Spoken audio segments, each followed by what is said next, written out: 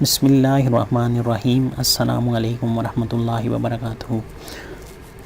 ناظرین، اس ویڈیو کو دیکھنے سے پہلے ہمارا یہ چینل سبسکرائب کریں تاکہ مزید ویڈیوز بھی آپ کو ملتی رہیں۔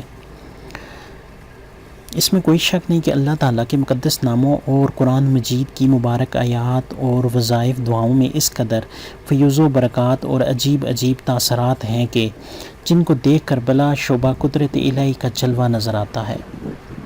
بہت سے مریض جن کو تمام حکیموں اور ڈاکٹروں نے لا علاج کہہ کر مایوس کر دیا تھا، لیکن جب اللہ تعالیٰ کے اسماء حسنی اور قرآن کی مقدس آیات سے صحیح طریقے پر عمل کر کے علاج کیا گیا تو بڑے بڑے خوفناک اور بھیانک امراض اس طرح ختم ہو گئے کہ ان کا نام و نشان بھی باقی نہ رہا۔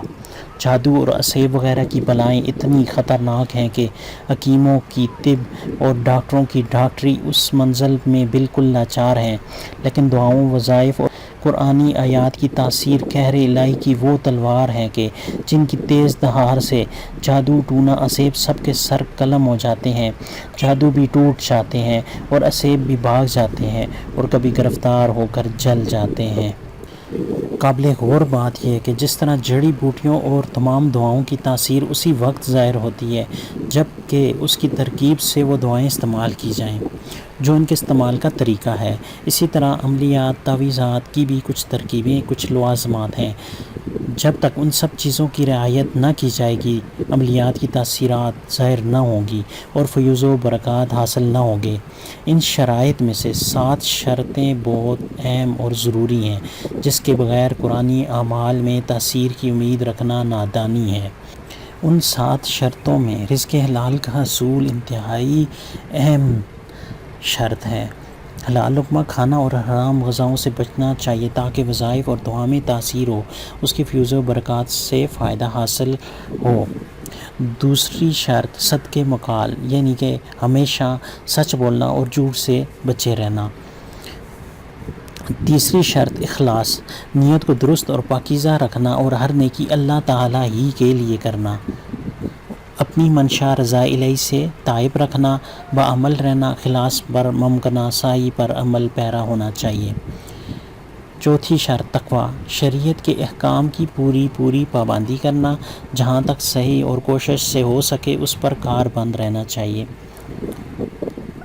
پانچویں شرط شاعر اللہ کی تعظیم، یعنی اللہ تعالیٰ کے دین کے ستونوں مثلاً قرآن کریم، کعبہ، نبی، نماز وغیرہ کی تعظیم اور بزرگان دین کا ہمیشہ ادب و احترام کرنا قلبی و عملی طور پر ضروری ہے۔ چھٹی شرط توجہ و یکسوئی، یعنی جو وظیفہ بھی پڑھیں دل کی حضوری کے ساتھ پڑھنا، پوری یکسوئی لگن سے پڑھنا چاہیے۔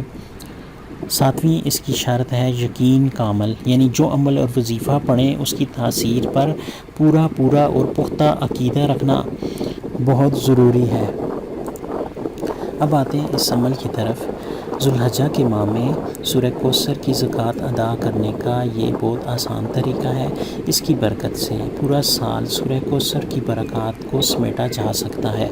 اس میں شادی کی رکاوٹ، میاں بیوی کے درمیان میں محبت کی کمی، جھگڑا ختم کرنا ہو، گھر میں نافرمانی کسی کی ہو اس کو دور کرنا ہو، جادو، ٹونا، اسیب وغیرہ سے نجات حاصل کرنی ہو، کسی بیماری کے لیے شفا حاصل کرنی ہو، یا کوئی بھی حاجت یا کوئی بھی مشکل ہے جو پوری کسی طرح نہیں ہو رہی، مقدمہ ہے، ایگزام ہے، کوئی بھی چیز ہے جس میں کامیابی چاہیے، تو اس عمل کو بعد میں کیا جا سکتا ہے۔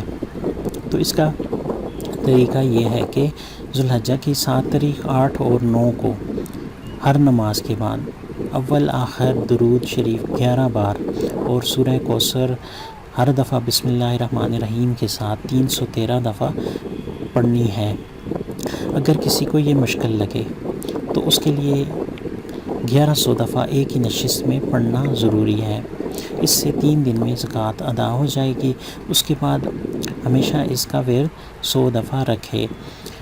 جب ضرورت ہو تو اس صورت کو اپنی آسانی کے ساتھ پڑھے، یعنی جب کوئی مشکل پیش آ جائے تو اس صورت کو کم سے کم 313 دفعہ مخصوص ٹائم رکھ کر پڑھے اور اس کے بعد دعا کرے۔